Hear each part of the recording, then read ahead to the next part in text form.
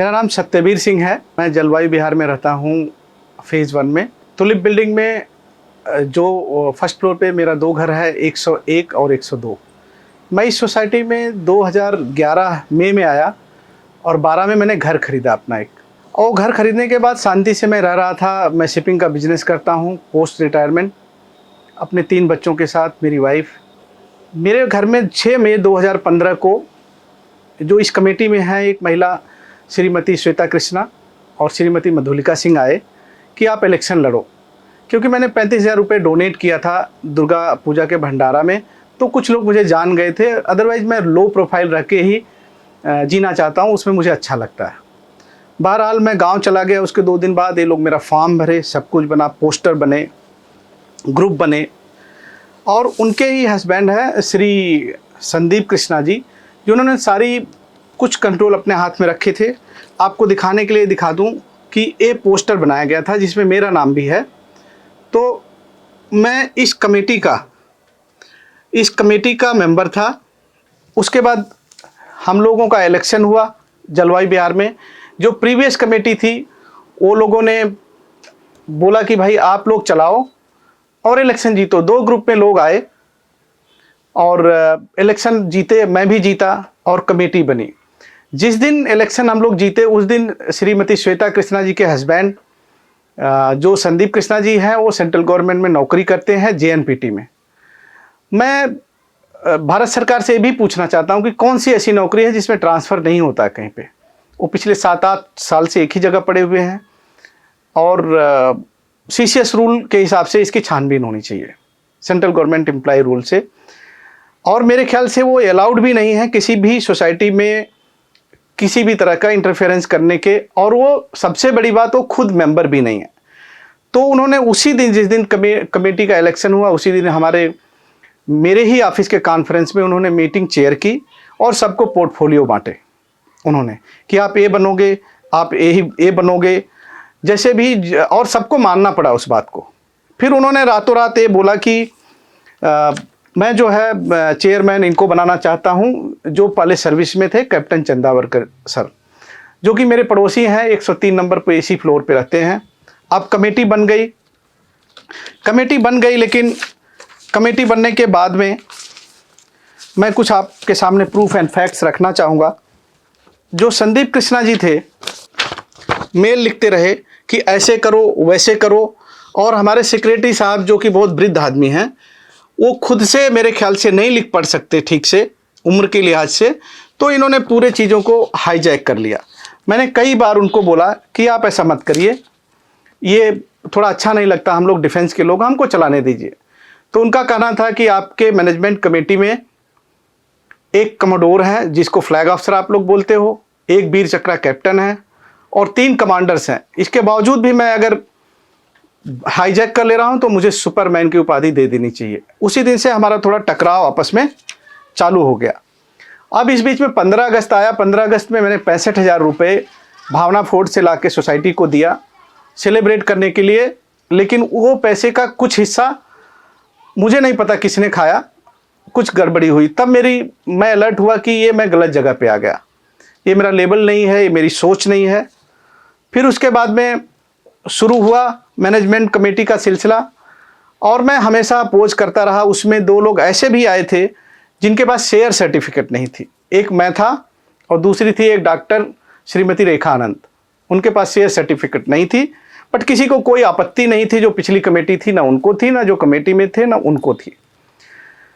अब आ गया इसके पहले लकड़ी की चोरी हो जाती है 8,000 रुपये की, जो मिनट्स ऑफ मीटिंग में अगर इंक्वायरी होगी तो पाया जाएगा।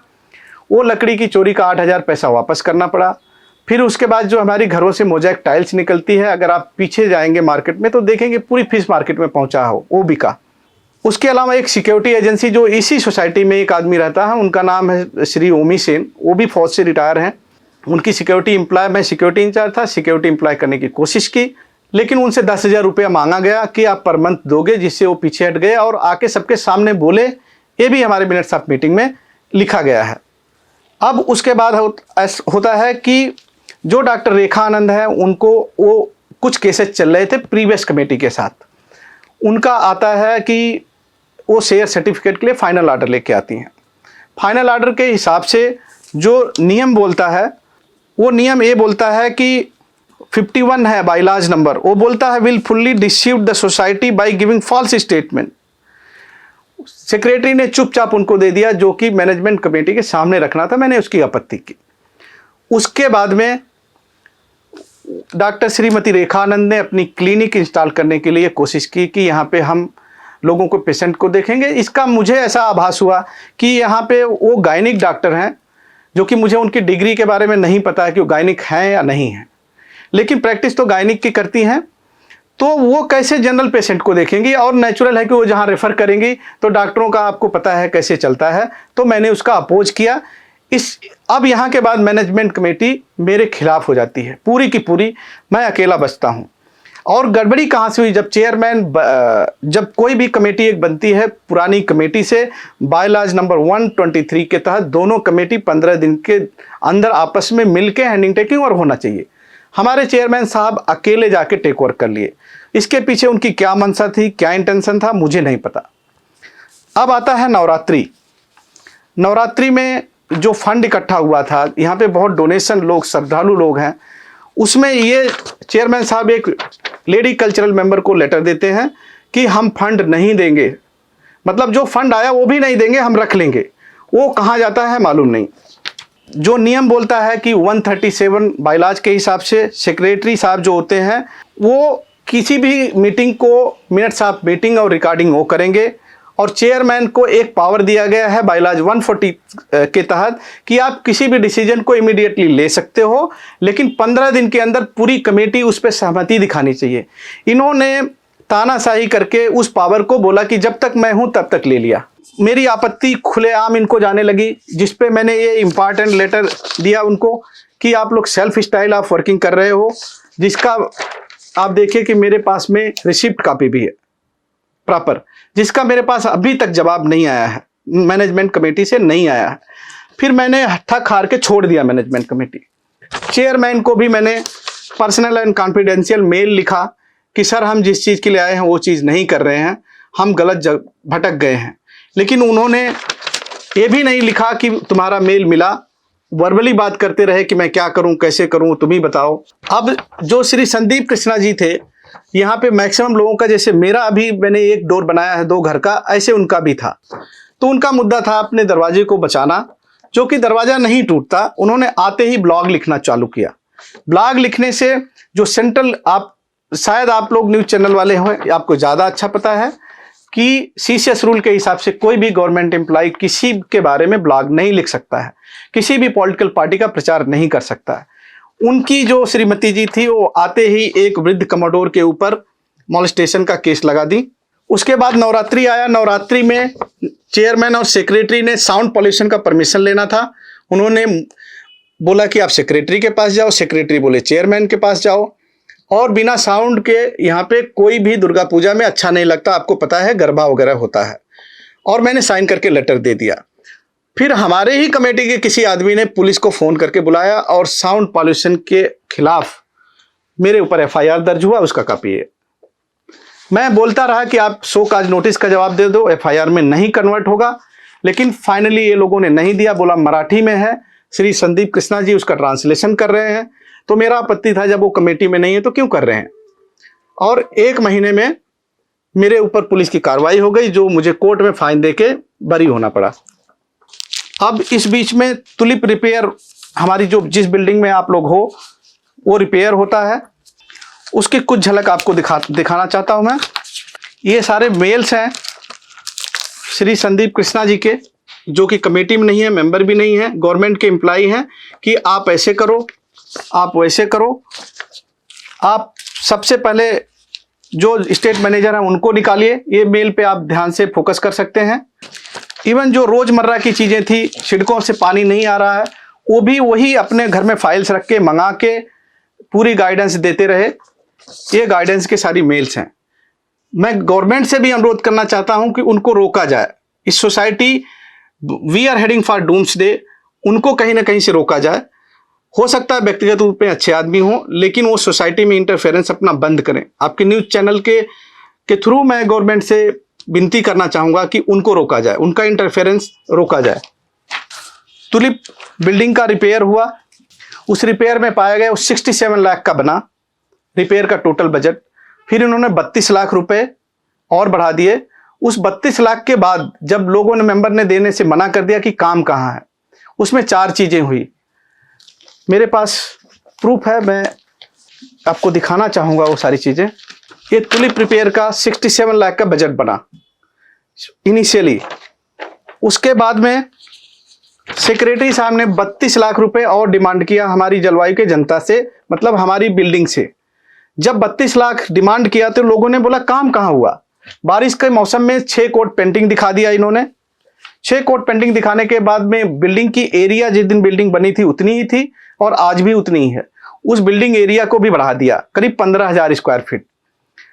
और तानाशाही के हिसाब से फोन करने लगे, आप अगर पैसे नहीं दोगे तो आपका पानी काट दिया जाएगा, आपके टेनेंट को हटा दिया जाएगा। फिर यहाँ के टोटल मेंबर ने मिलकर एक टेरेस के ऊपर मीटिंग की। उस मीटिंग में डिसाइड किया गया कि सत्यवीर सिंह को आगे लिया जाए, ईमानदार आदमी है। मैं मजबूरी में आगे आया और फिर हमने, अगर आप देखेंगे तो बीच का रास्ता निकालते हुए 80 लाख रुपए पे राउंड फिगर, इसमें सेक्रेटरी के भी सिग्नेचर है, ओरिजिनल पेपर है, मेरी भी सिग्नेचर है। उन्होंने हाथ पैर जोड़े मैनेजमेंट कमेटी ने कि ये बात बाहर नहीं जानी चाहिए। आज मजबूर होकर मैं अपने ही फौजी भाइयों के खिलाफ आवाज उठा रहा हूं, मुझे बहुत दर्द हो रहा ये बताते हुए। ये 80 लाख रुपए देखिए राउंड फिगर करके, मेरी ही राइटिंग है और सबकी सिग्नेचर है। उसके बाद उन्होंने ये सर्कुलर निकाला कि आप लोग आओ और अपने पैसे ले जाओ, जो पैसे एक्स्ट्रा है पैसे ले जाओ, मतलब चोरी हुई। अब उसके बाद से वो हार्डकोर मेरे दुश्मन बन गए, सेक्रेटरी और मैनेजमेंट कमेटी की। आपकी हिम्मत कैसे पड़ी कि आपने पैसे को, और कॉन्ट्रैक्टर ने मिठाई बांटी। जो कॉन्ट्रैक्टर 32 लाख और मांग रहा था वो 80 लाख पे खुश था, फिर भी उन्होंने जबरदस्ती करते करते 2.5 लाख रुपए उसमें से कटौती कर ली। हमने सोचा ठीक है, बड़ा दिल दिखाते हुए हम लोगों ने इस चीज को बाहर नहीं जाने दिया। हमारी लैंड कन्वेंस की बात आई। लैंड कन्वेंस के लिए ये देखिए, कोई भी 1 लाख रुपए से ज्यादा का अगर फंड दिया जाता है किसी भी जगह तो जनरल बॉडी का अप्रूवल होता है। इसमें कोई जनरल बॉडी का अप्रूवल नहीं है। वकील हायर किया जाए। अगर आप जाके सेंट्रल लॉ में देखेंगे तो उनका मुद्दा नंबर 1 है कि कन्वेंस डीड लाई जाएगी। कन्वेंस डीड तो आप एक तरफ बोलते कन्वेंस डीड मिल गई तो फिर दोबारा लाओगे आप ये। और ये देखिए कि वकील को 10 लाख रुपए एडवांस दे दिया गया और ये शेड्यूल बनाया गया कि कब कब देना है। वकील ने अभी 1 पैसे का काम नहीं किया है। इस बीच में दूसरी बिल्डिंग का रिपेयर आया जिसका नाम है नरगिस बिल्डिंग। नरगिस बिल्डिंग में सेम कॉन्ट्रैक्टर 29 दिसंबर 2019 को एम्प्लॉय किया जा रहा था। तो मैंने आपत्ति जताई। चेयरमैन ने बोला नहीं, मैंने बोला सर आपकी मोरल ड्यूटी है कि आप उसको री एम्प्लॉय मत करो। तो एडजर्न करके जवाब नहीं था, चले गए। 5 जनवरी 2020 को सेम एसजीएम रखा गया जिसमें मेरे ऊपर नॉन मेंबर भी आके अटैक कर दिए। उसका वीडियो मैं मांगता रहा, थक गया मांग मांग के। ज्वाइंट रजिस्ट्रार का भी ऑर्डर नहीं दिया पूरा और मेरे खिलाफ मॉलेस्टेशन केस किया गया जो कि कोर्ट का विषय है। कोर्ट उसमें डिसाइड करेगा कि कौन गुनाहगार है या कौन गुनाहगार नहीं है, वो अभी कोर्ट में पेंडिंग है। मैंने ही कोर्ट में उसको पहुंचवाया है परस्यू करके कि ये कोर्ट में जाना चाहिए। अब कोर्ट जब डेट देता है उसके बाद मैं ये बताना चाहूंगा, हमारी मैनेजमेंट कमेटी ने पत्रों की झड़ी लगा दी। पुलिस के डीजीपी महाराष्ट्र को लेटर लिख रहे हैं, सब इतने लेटर हैं, 115 लेटर दिया इन्होंने कि इसको जेल में डालो। क्यों जेल में डालो मुझे भाई, मैंने कौन सा गुनाह किया? ये लेटर आप देखिए और जनता को भी दिखाइए। इसमें यह बोला गया है कि मैं जलवायु बिहार में बीफ बेचता हूं, जबकि मैं एक हिंदू हूं और हम लोग वेजिटेरियन हैं पूरे परिवार। और मेरा घर परिवार सब देखते हुए आप मेरे स्टेटस को देख सकते हैं कि मुझे किसी चीज़ की बेचने की जरूरत नहीं है। ईश्वर ने मुझे सफिशिएंट दिया है जो मैं दूसरों की भी मदद कर सकता हूँ। ये गुनाह लगाए उन्होंने मेरे ऊपर। वही श्रीमती श्वेता कृष्णा जिन्होंने मेरे ऊपर गुनाह लगाया था, उन्होंने एक प्रोविजनल लिस्ट वोटर की जारी की जिसमें मुझे खारिज दाखिल कर दिया गया। जबकि वोटर लिस्ट तभी निकाली जाती है जब कोई इलेक्शन होता है किसी जगह पे। ये आप ये सर्कुलर देख लीजिए, उन्हीं के द्वारा साइन किया हुआ। मैं थक हार के ज्वाइंट रजिस्ट्रार के पास जाता हूं और मुझे नहीं समझ में आता कि जो आर्गुमेंट मैं ज्वाइंट रजिस्ट्रार के सामने खुद करता हूं इन पर्सन, उसके लिए ये लोग वकील क्यों हायर करते हैं? क्योंकि जनता के खिलाफ तो मैं नहीं हूं और वहां से जीत के आता हूं। ये देखिए 3 आर्डर है, ये 3 आर्डर है जिसमें जीत के आता हूं, लेकिन ये लोग तब भी मुझे मेंबरशिप नहीं देते हैं। मैं एक्टिव कमेटी मेंबर होते हुए भी आज नॉन मेंबर हूं, ये नहीं देते हैं। अब मैटर जाता है पुलिस में। पुलिस में लेटर दे देते हैं। वो बीफ के ऊपर 5 घंटे की इंक्वायरी हुई है, जिसमें हमारे सेक्रेटरी साहब ने ये लिखा जो हाईलाइटेड है कि सत्यवीर सिंह कौन है मैं नहीं जानता, ये रहने के लिए तो आया है लेकिन घर किसके नाम पे पता नहीं। मैं कमेटी मेंबर था उनके बीच में, मैं तुलिप रिपेयर वाले में था, साथ में सिग्नेचर किया है और इसका डेट भी आप देखिए कि 11/3/2021 है। मैं उनके साथ 2015 से 16 तक, जुलाई 1 तक मैं था बीच में, और 21 में बोल रहे हैं सरेआम झूठ के वो मुझे जानते तक नहीं। अगर मुझे जानते नहीं और नीचे सिग्नेचर है एसीपी का काउंटर साइन, वहीं पे मुझे नॉन मेंबर बनाया जाता है। और वहीं पे ये देखिए कि दूसरी लेडी मेंबर को जो डॉक्टर रेखा हैं, रेखा आनंद हैं, उनका फाइनल ऑर्डर 2016 में कैंसिल होता है। वो अभी तक मेंबर बनी हुई हैं और 2016 में फाइनल ऑर्डर कैंसिल हो जाता है और ये दिखाते हैं कि 2015 में हमने इनको मेंबर दे दिया, मेंबर बना दिया, शेयर सर्टिफिकेट दिया, तो वो कैंसिल होना चाहिए। उस पर कोई एक्शन नहीं। ये पार्शियलिटी है, एक तरफ की पार्शियलिटी है, एक तरफा ये लोग काम कर रहे हैं। अभी ये देखिए एक के बाद एक जस्टिस इंदालकर ने इनके केस को रिजेक्ट कर दिया। उसके बाद में आप खुद देख लीजिए कि जलवायु Bihar versus state of Maharashtra है। ये फंड सोसाइटी का फंड जा रहा। मेरे मेंबर बनने से ना बनने से जलवायु के किसी मेंबर को भी कोई फायदा नहीं है। और मैं ये भी आपको दिखाना चाहूंगा कि पुलिस ने मुझे क्लीन चिट दिया है। इसमें मराठी में लिखा हुआ अर्ज दफ्तरी फाइल होणे आवेत पनवेल विभाग यानी हवलदार केला असून सदरचा तक्रार अर्ज दफ्तरी फाइल होने सिफारिश आहे।